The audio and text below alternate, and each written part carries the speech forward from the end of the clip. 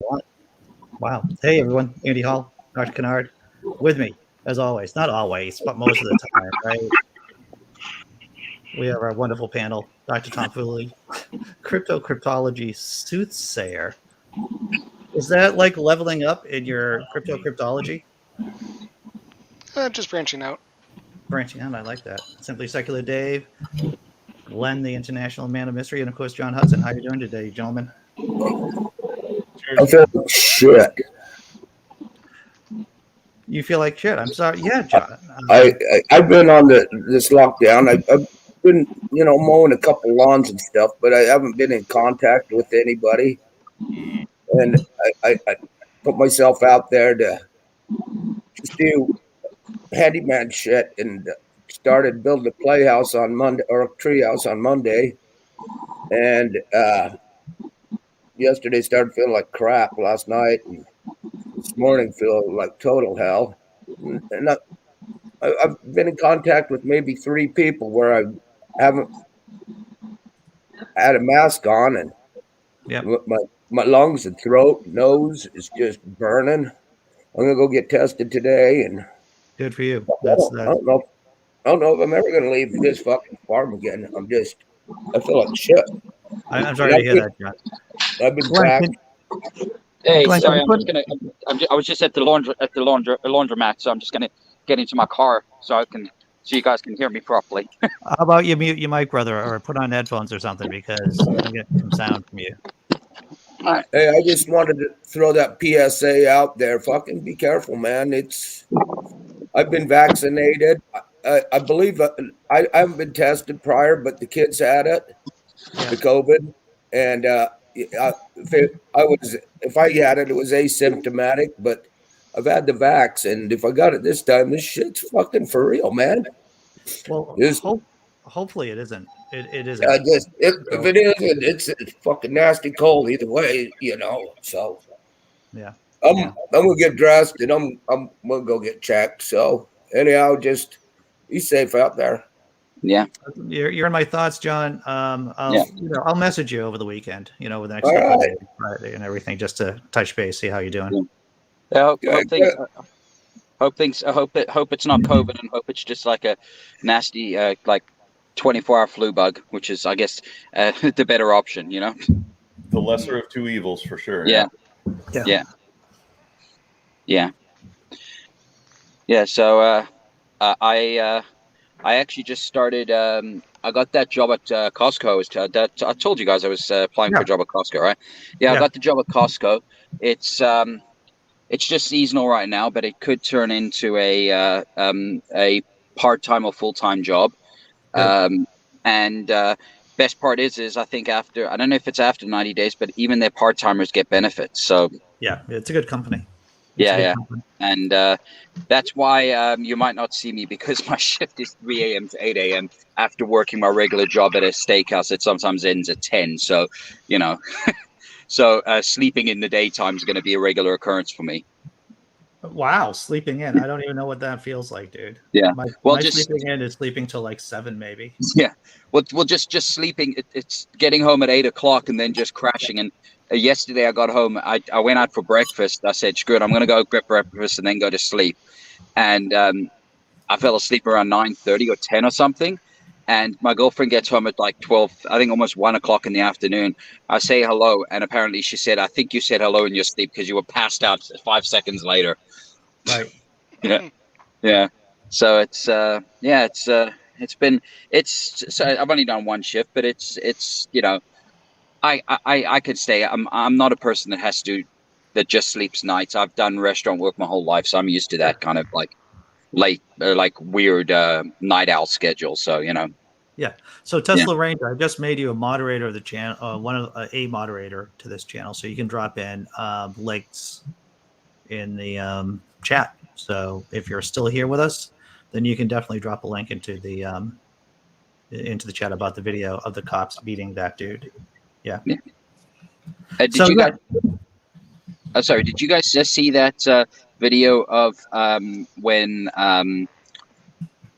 pedophile Gates and Marjorie Taylor Greene and someone else tried to blame Pelosi for the for January 6th, and someone just kept on blowing a whistle and heckling them the whole time during their press conference.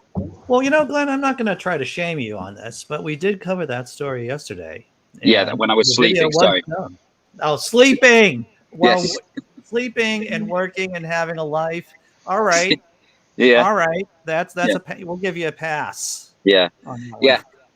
But the funny thing was that the guy on Ring of Fire actually covered it. He said, well, the Capitol Police are actually get their orders from the military, who gets their orders from a certain executive, a guy who works in the Oval Office. So they're trying to pass the buck, but unfortunately, a lot of people will believe him. Yeah. Well, if nothing else, we know that at least 20 to 25% of the population of the United States of America is just crackerjack crazy. Yeah. Yeah. And I don't know if you saw one of my last comments before you guys signed out was I don't know if I told you guys this. I said basically in the middle of the country, because we're only even though we're the second biggest landmass country, we only have 30 million people, and that's because in the middle there's a ton of open space. Yeah. So I've proposed that all the anti-vax COVIDiots, they can move there. They can start their own little population, and we'll even allow your moronic COVIDiots from your country to go there as well. And they got to survive by themselves. We're not helping them out. They got their own new country, but they get to leave us people that are actually vaccinated and actually have brain matter between in our skull. They get to leave us alone. Dave, what I'm shamed about right now is that you're thinking the same thing that I'm thinking about smallpox blankets. Can't we weaponize? Can't we do something like that? And that's wrong, Dave. If they had their own country and we would just catapult in COVID blankets, we would catapult in a whole bunch of bats and pigs and wild boars just to get that whole COVID chain rolling again. Yeah. Well, that's wrong. Morally wrong. You know what? Honestly, and you notice I threw catapult in there instead of trebuchet because we're on the cat show, right? Right. Well, I listen. You know what? I'm less severe. I just say, you know what? We won't actually. They're going to kill themselves off because one person that's there is going to have a severe case of COVID, and within a year they're all going to be dead. So yeah. And if not, who cares? They get their own little country. They're just not allowed to leave. It's going to be like Escape from New York. You can't get out. Right. The classic Kurt Russell movie. What are you going to say, Dave? Hotel COVID-fornia. Good one. I like that. What's up, Dragons and Genesis? I hope you're doing well. Yes, we were making some kind of passing reference to smallpox blankets and COVID blankets in this weird episode of What If. The What If show, yeah. The What If we show. Just got demonetized, but that's okay. Well, you see, the thing about not having. Don't forget to support Andy. Become a subscriber, Patreon. Yeah. Send him beer in the mail. Whatever you can do. He loves cats. Yeah. Glenn's idea sounds like setting up a reservation to concentrate all those COVID people in. Well, hey, the people who are there, who would go there have been did it to the native population of our country. So you know what, we might as well do it to them. Well, if I can just interject on one point, years ago, my church was trying to set up a meditation and yoga weekend away thing, and I almost convinced them to call it concentration camp. Oh, I'm going to use that, Dave. I'm going to use it. Yeah. I'm going to use it. That's too good not to be used. Oh, that is so brilliant. I know, right? So how far along in the process did you, and you were able to say it with a straight face? You got a good. I I was like, yeah, the whole meditation and meditation and concentration, but it's a weekend away and it's at this campground, so you could call it like, and meditation camp's kind of weird. Well, let's call it concentration camp. Everybody's there concentrating on being better, and you can really focus on it. But you can't call it focus camp. I like how you're doing the non-verbals there too. You're like nodding your head along. These are cheap tricks. These are cheap tricks to get people to agree with you, right? Signaling with the hands up rather than down. No open palms. No crossed arms. Yeah. Yes, you can learn the dark side of the force here, everyone. You can learn the dark side of the force. Sorry, I think I derailed our conversation there. Oh no, that's a brilliant derailment. Dragons in Genesis. Come on. Inappropriate joke. Joke. The Jew in me should be incredibly offended, but I'm laughing too much.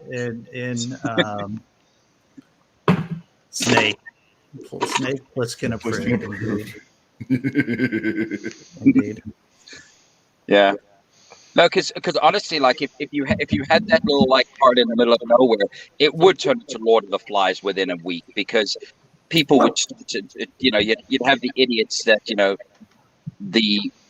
roid heads or the complete idiots that would say I'm the strongest, and they'd start to exert their authority. Some communes. I was listening to a podcast. It's called The Dig. It's a leftist podcast. And, he has guests on. It's right out of Providence, Rhode Island, actually. And one of the guests wrote a book about communes during the 60s and the early 70s in California. And I know I've talked about this before, but it turns out a lot of those communes went sideways very quickly because we're horrible species and can't be left alone. Yeah. Well, you do realize, like, the death rate, the mortality rate of COVID is so extraordinarily low. I mean, the flu, we just brush under the rug. The number of people who die on our highways, we don't even notice anymore, right?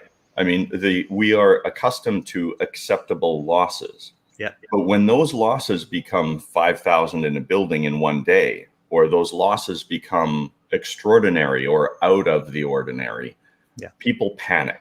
And that's what happened after 9/11. Sure. And if we had, instead of 0.003% mortality rate on COVID, if we had a 3% mortality rate on COVID, the world would have been thrown into chaos. Like a lot of people don't understand how close we missed that bullet by. Yeah. Dude. Like it nicked our ear. Yeah.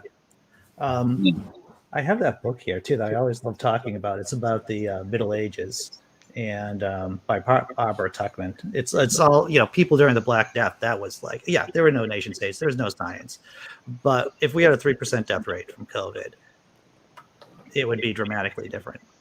There'd be no talk about not having masks. Oh, there would have been. I mean, you would have seen the National Guard deployed to keep cities away from each other, so they weren't looting and fighting. Absolutely. Yeah. But I think you'd still have the there would still be a percentage of the population, and it would be religion driven, that would say it's only 3%, 97% survival rate, and you'd still have quite a few people that would just would pull the same crap they're doing right now. Actually, I had the book right here. As I was using it as a base for my iPad. It's this is a great book, A Distant Mirror, The Calamitous 14th Century by Barbara Tuchman. If you want to know about how crazy the 14th century was, and plague, religious wars, how bad can things get? Yeah. Is it on audiobook so I can listen to it while I'm standing under a crane at work? I think that would be very soothing. I think it'd be very soothing for you to concentrate. Well, I did go to concentration camp. You did, yes. Oh man. Hey, it's garbage day. I figured out that I double booked myself twice this weekend. Oh. And I'm shifting gears completely, and I'm sorry. I'm being narcissistic. It's your show, hit it. What's that? I said it's your show, hit it. Yeah, so I double booked myself, and now I'm trying to extricate myself from shows I agreed to doing because of family stuff. One family activity Well, and double booking 2 shows. Yeah. well, if you double book 2 shows, can't you put like one earbud in each side and one camera on you from each angle? Or is one where you drink and one where you don't drink? Well, the good thing. I'm glad that you asked that, Dave. One of them is the Atheist Drinking Out Loud and my kids' art show that I am duty bound to go to. Mm-hmm. So I don't think I could be doing Atheist Drinking Out Loud while at the art show. That would be something. And with Neil being on blood thinners, he's down to 1 beer a day. Well, he told me he can't drink, and so I might just reschedule the Atheist Drinking Out Loud. That might be a good idea. Can you do it on Sunday, or can you do it on another day, or Sunday? Now I have to look at my fucking schedule. No, don't look at your schedule now. Just figure it out. It's all good. Bounce it a week. It'll all be good. Yes. So I'm going to manage it somehow. Yeah. I'm going to manage it somehow. I'm not really sure how, but I'm going to manage it somehow. Maga Chud. The good thing is I get to see my ex-wife at the art show too. That should be fun. Well, she still likes you, right? As a friend, like as a human who's been interacting in her life for years and years and years, that she adored at one time and she still respects. Oh, Dave. Will there be blood? There'll be ugliness. There'll be ugliness. She's gonna stick that note on your back. If you remember the fork stab from a short, it'll be a fork stab moment. If you see her sharpening her nails, back up.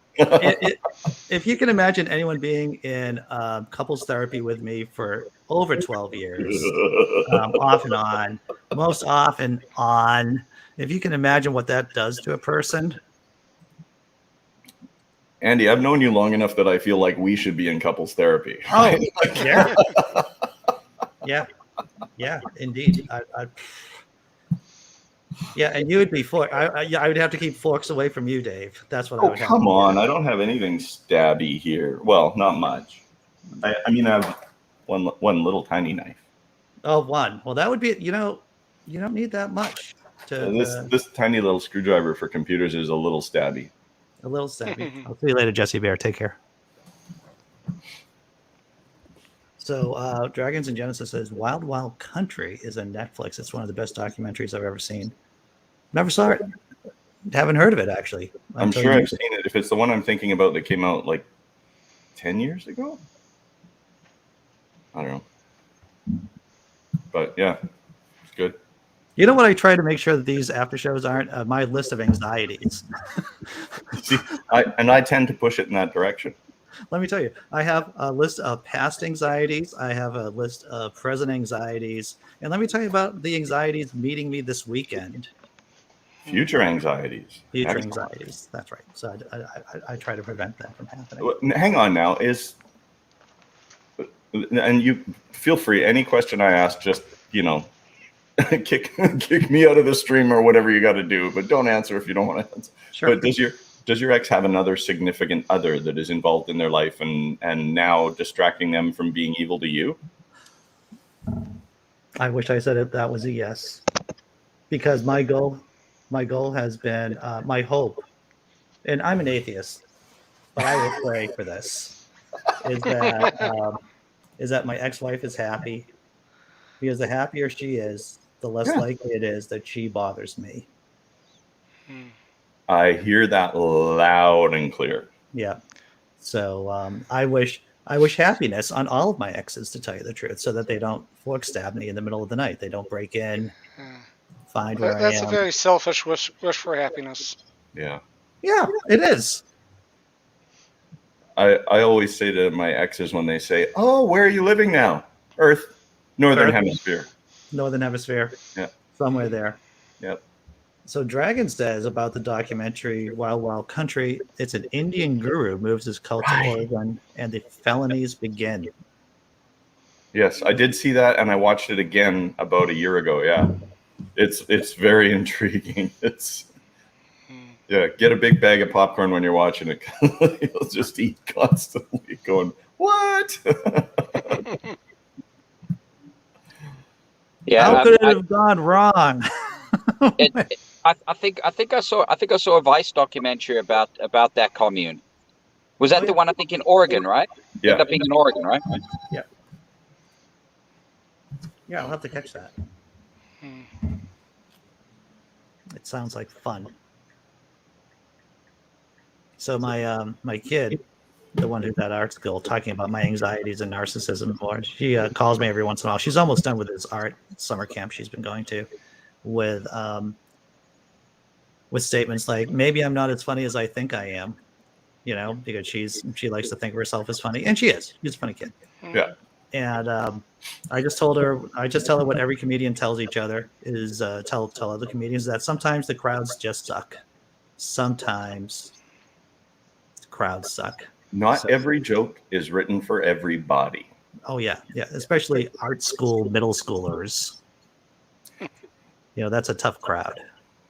It's really tough to make somebody laugh who's going to spend the next 14 hours standing in front of an easel painting. It really is.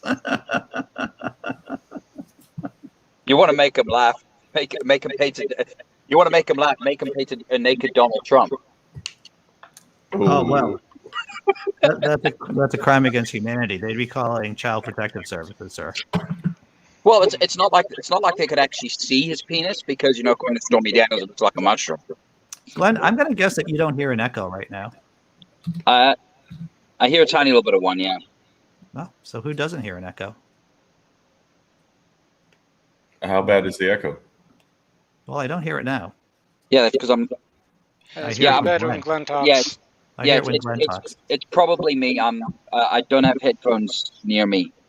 Well, I can't find them. Okay, I'm going to roll back into the art.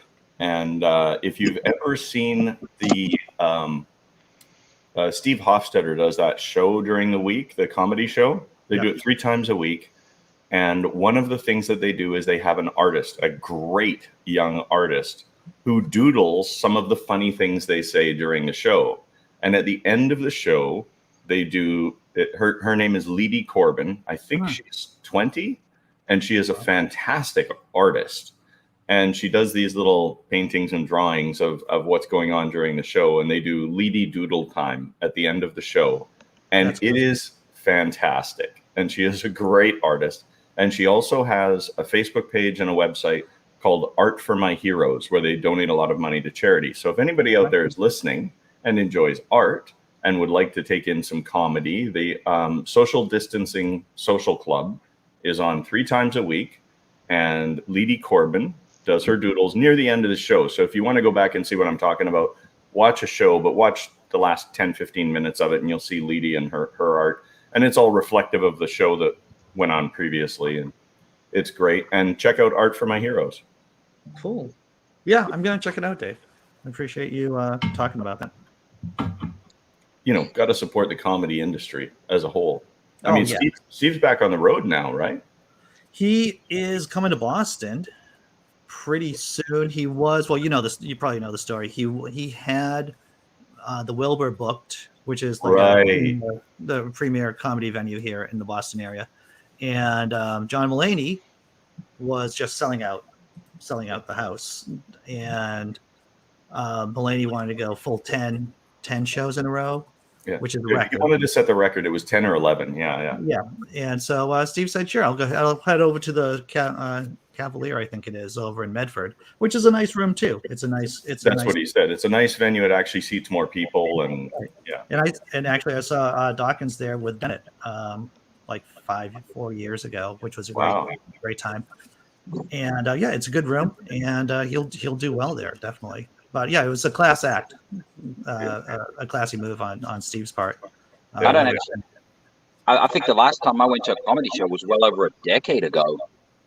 No, it's been so long. Well, it can. If you're going to a professional comedy show with good, and this is like a circular, right? Yeah. Circular logic here. Gosh, if you go to a good comedy show, it's going to be good. If you go to a bad comedy show, it's going to be bad. The The last Actually, no, tickets I bought for a comedy show were Steve Hofstetter in Vancouver, and it got canceled for COVID. Yeah. Yeah.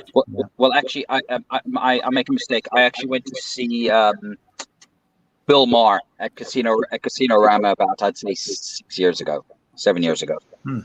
So, but that's the last time I've been. And what's it? Who was? I think his name is Russell Howard. He's a British comedian, and he was supposed to. He was. I think I don't know if I missed the show or if it's got during COVID. Brother, Glenn, we're gonna do a pinky pledge right now. You and me, brother. Yeah. Get your pinky up. I can't see your pinky, but we're gonna do a pinky pledge that whenever you do this, you're gonna have headphones on. Yeah. This will be the pinky pledge. Yeah. And this is law. This is this is law right here. So I'm gonna hold you to it. Well, yeah. So, sorry about that. I hate to cut out at the end of the show, but I just got dispatched again, so I got to run. You and work getting in the way of life. This is 10 out of 11 days in a row. This hasn't happened ever since I've worked there. So that's good. I'm hitting when it are you hard. doing full time? When are you? 10 years. I'm on a casual board, so I got to work my way up, and I just went up one board, and it just is busy this week when I happen to be available. So I got to hit it. So anyway, love you all. Everybody take care. Thanks everybody in the chat for making us laugh every now and then. Oh yeah. And we'll see you all tomorrow for the last show of the week. Have fun, Dave. Friday. Woohoo! Yeah, take care, Dave. Say hi to Biscuit and the girlfriend for me. Cheers, everybody. Bye. Yeah. Take care. Well, since my mic's completely screwed up, this is the last time I'll probably see you guys, hear you guys this week, because I'm working crazy hours from between 3 a.m. tomorrow till the end of the weekend. So I'll, hey, it's worth it if I can get myself in the foot in the door. So yeah. So have a good day and have a great weekend, and I'll see you later. Take care. Later.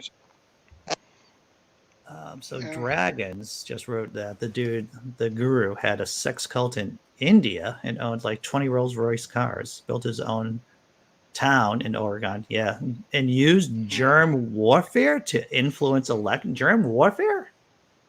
Dude, that sounds so crazy. I mean, that just sounds like regular garden variety crazy up until using germ warfare to influence elections. I have to check that out now. Kendra, how you doing? I haven't seen Kendra. Didn't see Kendra down there, everyone. So, hey, I'm going to close out the show then. This is a good time because I have to go to work. This is an early work day for me. And so, hey, Dr. Tom Foolery, Cryptology Soothsayer, I cannot wait to see what your official job title is tomorrow, if you are here. Yeah, depends on if I wake up in time. Sometimes I do, sometimes I don't. I understand. All right, everyone in the chat, thanks for watching. Once again, Dr. Tom Foolery, thanks. And we'll do this whole crazy thing over tomorrow. Full show tomorrow, 9 to 10, 10 to 11. Should be fun. I'm going to hit the magic button.